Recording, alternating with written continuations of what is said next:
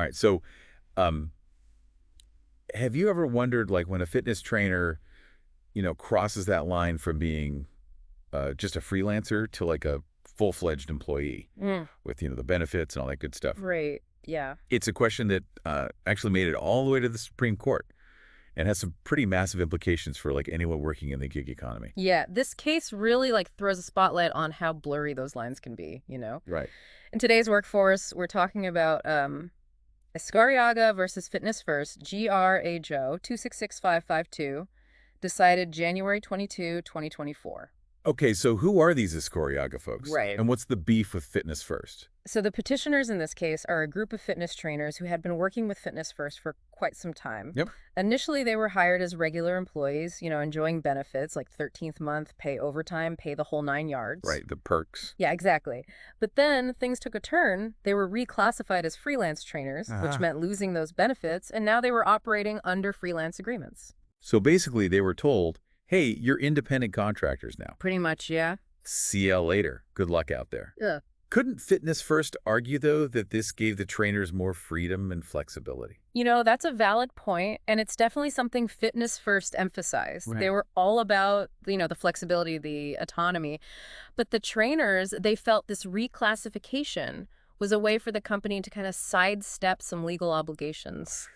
They even claimed they were encouraged to register as self-employed with the Bureau of Internal Revenue, the BIR, Oh, well. which they refused to do. Interesting. So basically, they pushed back and said, no, we're still employees no matter what this new contract says. Exactly. They believed the core of their working relationship hadn't actually changed. Right. So they took their case to court, arguing that they were illegally dismissed and should still be recognized as regular employees. So what happened in those initial court battles? Well, initially, both the Labor Arbiter and the National Labor Relations Commission, the NLRC, sided with Fitness First.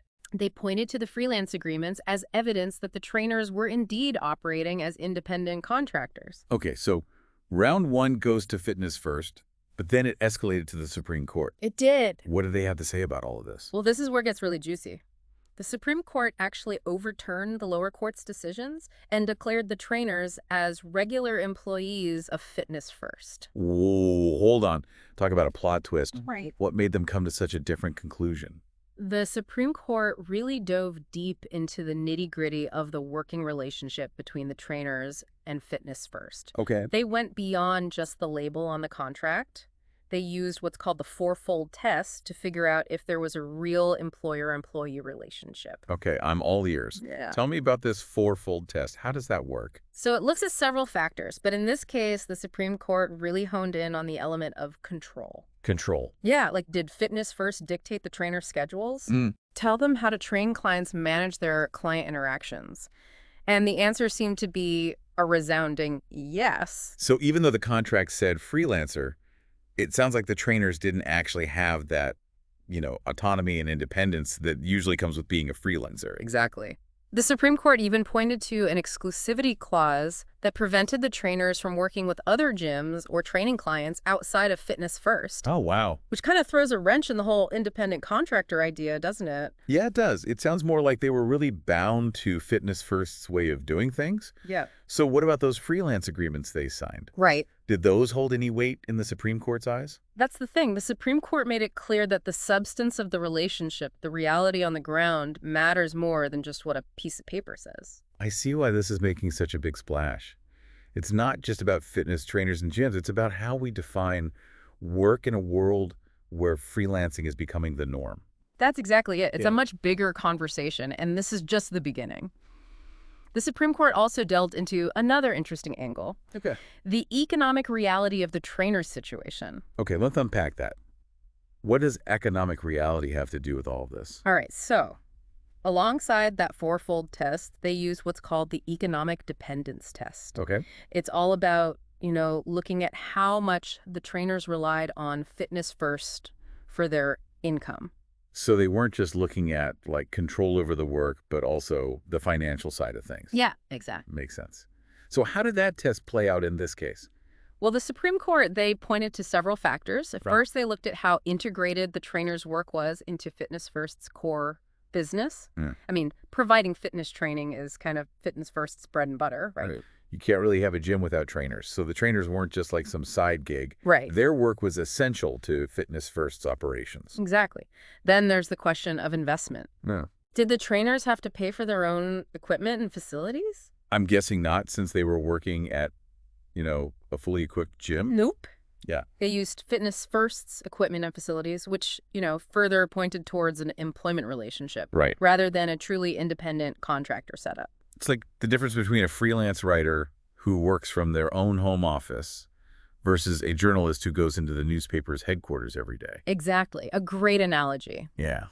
The Supreme Court also looked at, the trainer's opportunity for profit and loss. Okay. They were paid on a commission basis, Uh-huh. meaning their earnings were tied to, how well they did. So on the surface, that kind of sounds like something an independent contractor might have. Right. The potential to earn more based on how much they hustle. True. But the court also noted that while there was, potential for profit, there was also the risk of loss.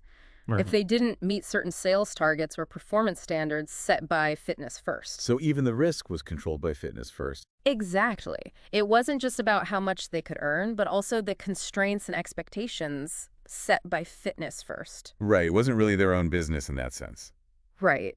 So the court really dug deep Yeah. into the nuances of this working relationship. So what was like the final nail in the coffin Okay. when it came to proving economic dependence?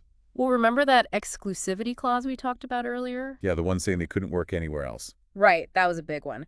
It basically made them totally reliant on Fitness First for their income.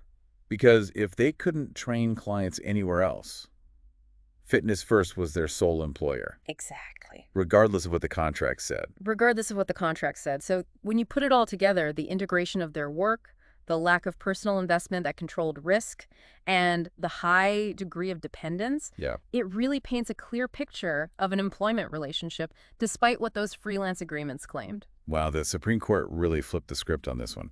Thanks. So we've established that the trainers were considered employees, Yeah. not independent contractors. Right. What does that mean for their case? What are they entitled to? Well, recognizing them as employees changes everything. They were illegally dismissed, Right. so they're entitled to back wages. Okay. Basically, the salary they should have received during the whole dismissal period. Gotcha. Plus, they're entitled to separation pay, their pro rata 13th month pay, and even attorney's fees.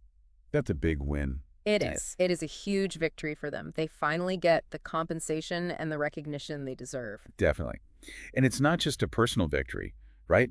This decision kind of sets a precedent for how companies should be classifying workers, Exactly. especially now with the rise of the gig economy. Exactly. This case reinforces the importance of security of tenure, Right. a fundamental right here in the Philippines, and kind of draws a line in the sand for how workers should be treated.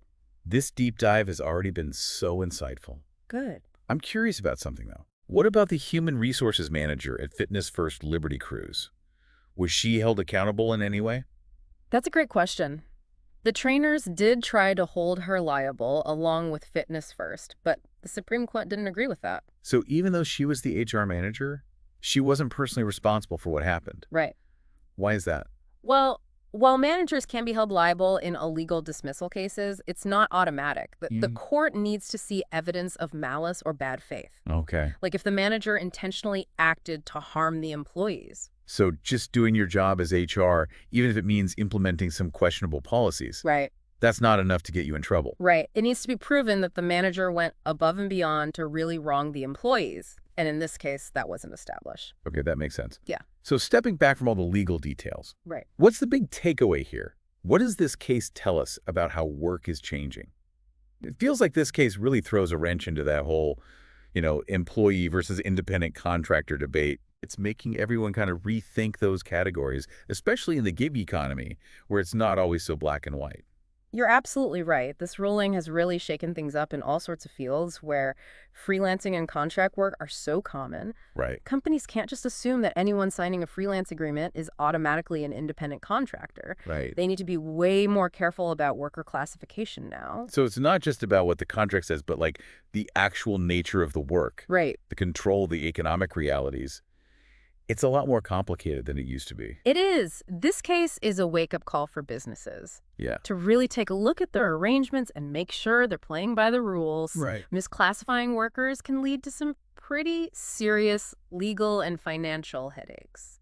This has been such a fascinating deep dive. It has. I'm sure our listeners are like buzzing with thoughts right now. Yeah. Before we wrap up, any final takeaways you'd like to highlight? Absolutely. If you're ever unsure about your own employment status, don't be afraid to ask questions. Right. Knowledge is power. Definitely. Understanding your rights is so important. Better safe than sorry. Exactly. Especially when it comes to your livelihood. Right, your legal protections, all that. Another important point is that contracts are important, but they don't always tell the whole story. Right. You really need to pay attention to like the actual dynamics of your work situation. The reality on the ground. Exactly. Yeah. The control, the dependence, all those things. Yeah, because a contract can be worded in a way that benefits one side, Right. but what's really happening might be totally different. Exactly. Always trust your gut. Yeah. Look beyond the legal jargon. And finally, the legal landscape is constantly changing. It is. Cases like this one set precedents and shape how the law is interpreted. Exactly. So stay informed and be aware of your rights as a worker. It's a continuous learning curve. Yeah, especially in today's crazy world of work. It makes it exciting, though. It does. There's always something new to learn. Exactly. Well, this has been a truly fascinating deep dive into a case that really could change the future of work here in the Philippines. We've covered so much, We have. from the details of the Supreme Court ruling to the bigger questions about how we define work and the gig economy. It's been a pleasure breaking it all down with you. Likewise. And to all our listeners, we hope this has given you something to think about. Absolutely. We want to hear from you. What are your thoughts on this case? Have you experienced anything similar in your own work? Leave a comment below and let's keep this conversation going. And of course, don't forget to like and subscribe for more deep dives into the most interesting news stories. We'll catch you in the next one.